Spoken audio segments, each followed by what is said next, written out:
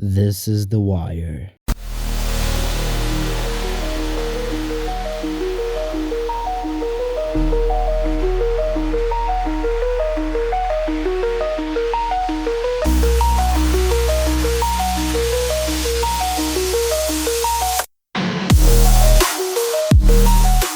What is up, people of the internet, and welcome to the second episode of my podcast.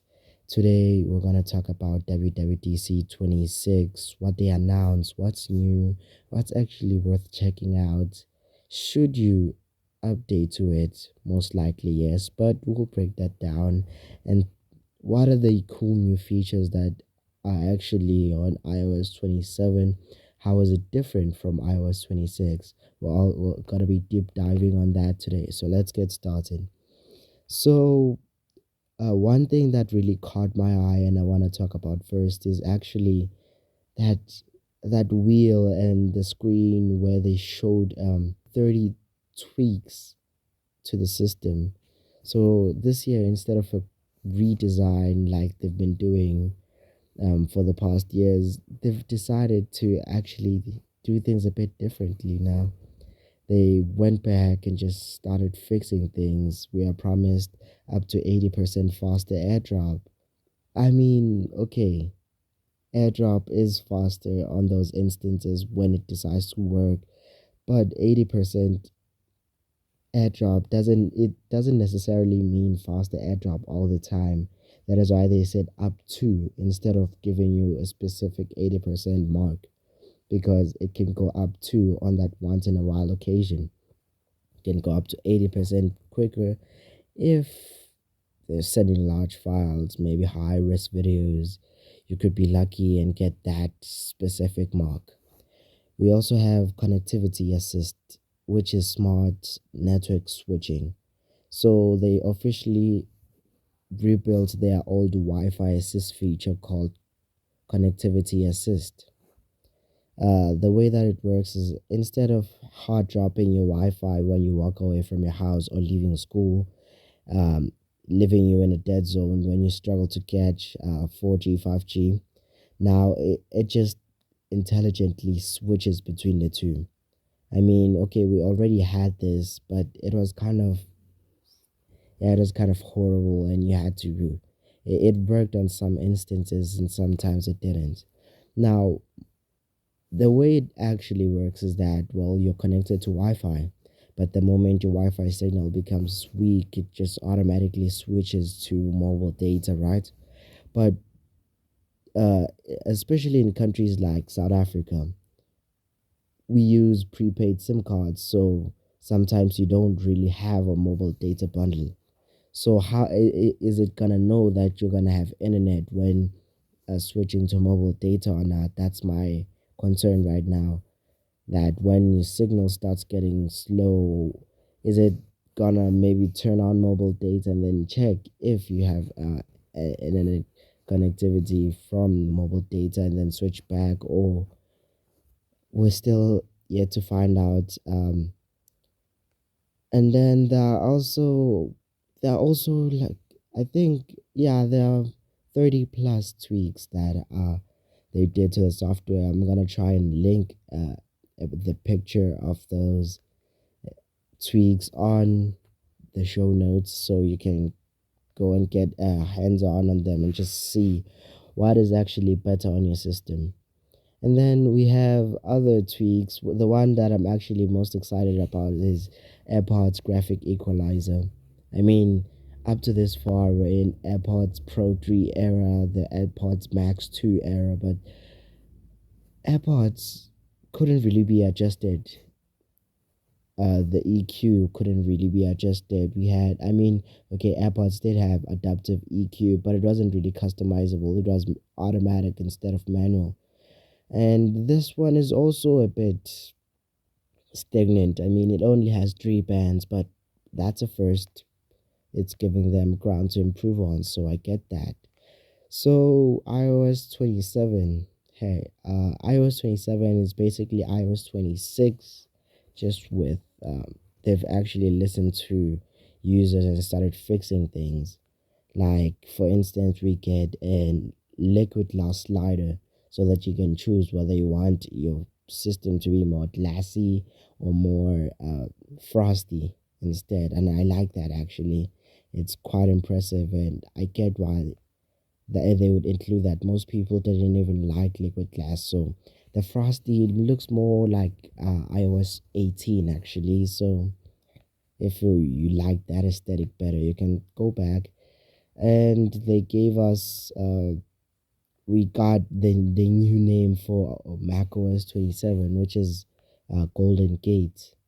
I mean, I'm not really sure how they name the Mac OS versions, but um, I heard that they actually named them according to specific landmarks and places in California.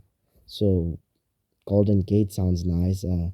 Vision OS 27. Yeah, the only two things that they updated on Vision OS were that you can transform any panoramic photo into an immersed 3D environment, and then also that floating Siri orb that we're gonna talk about in a second.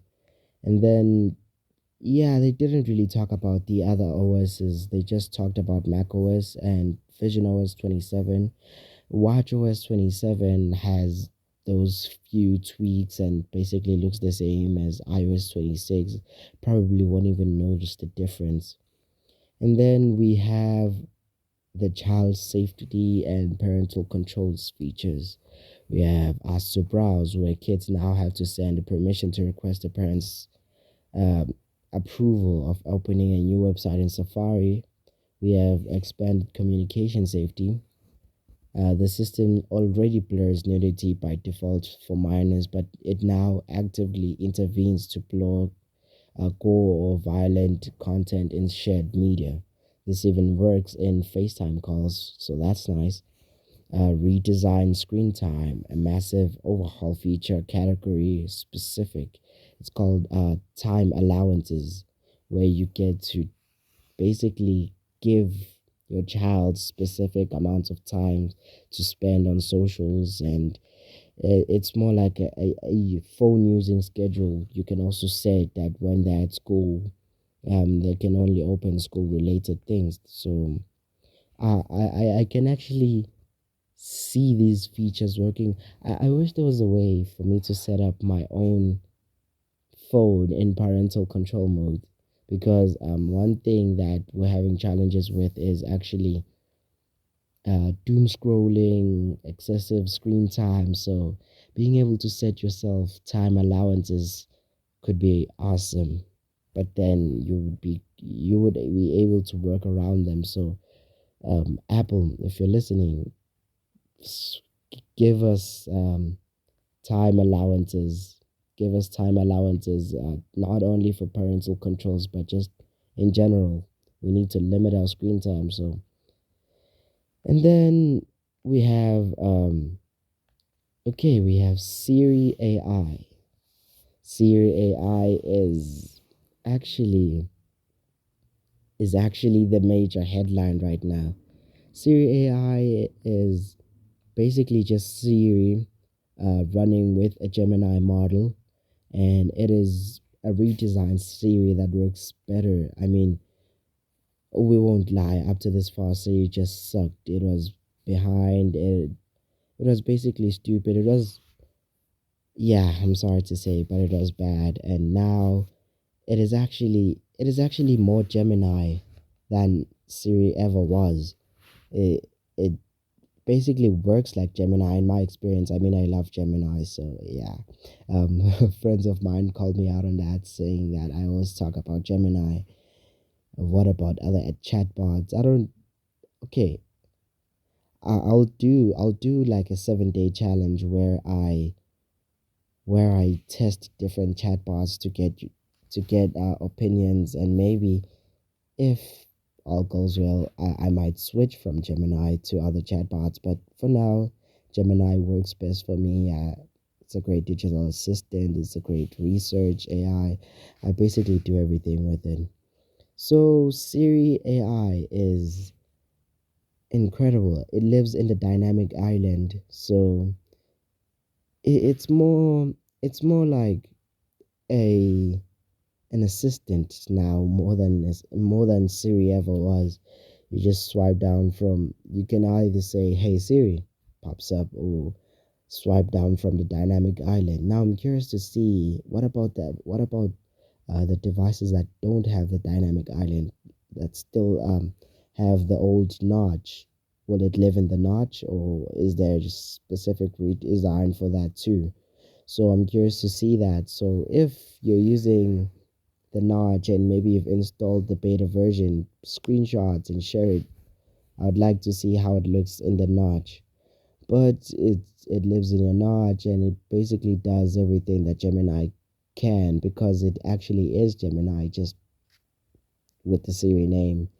So yeah, basically every feature that Gemini came with is already pre-installed, like um, image erasing, image editing. But what really caught my eye was spatial reframing and reframing. So the way that this works, reframing, basically, instead of having to crop out your image maybe to fit a specific aspect ratio, you can actually extend it to fit a specific aspect ratio. So that's cool. I mean, I crop my pictures a lot, so this might help. And then we also have spatial reframing, which lets you change the perspective of your picture. I've seen this in action. It's pretty impressive, and I kind of like it. I could see myself using it a lot, because there's always that time. Um, yeah, parents can relate to this, where maybe all parents are taking pictures of their kids, but then you the kid you then check your picture, and then the kid was focusing on a different phone, so you didn't really catch their eye. Now you can reframe that picture so that it could be like you took a direct picture of them. So that's cool.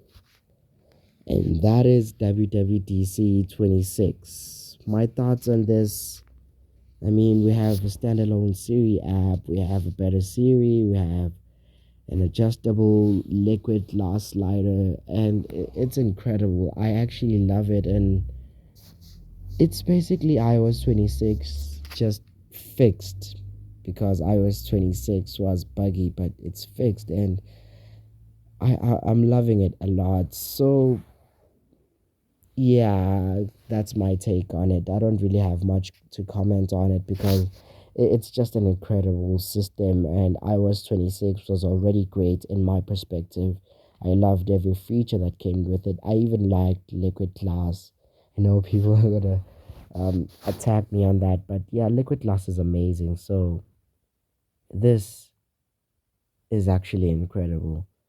Let me know what you think in the comments. I'll also try to link pictures in my show notes so that you can see what it looks like if you haven't already. But take it from me, it's basically iOS 26 with just a slider and great, better performance. So that's been it for today. Stay connected, and I'll see you in the next episode, where I'll be having a guest for the first time. I'll be interviewing Tech with Lissetti. I'll be interviewing Lissetti from Tech with Lissetti. So stay tuned for that. It's going to be awesome. And I'm very excited about it. So I'll see you in the next episode. Stay connected.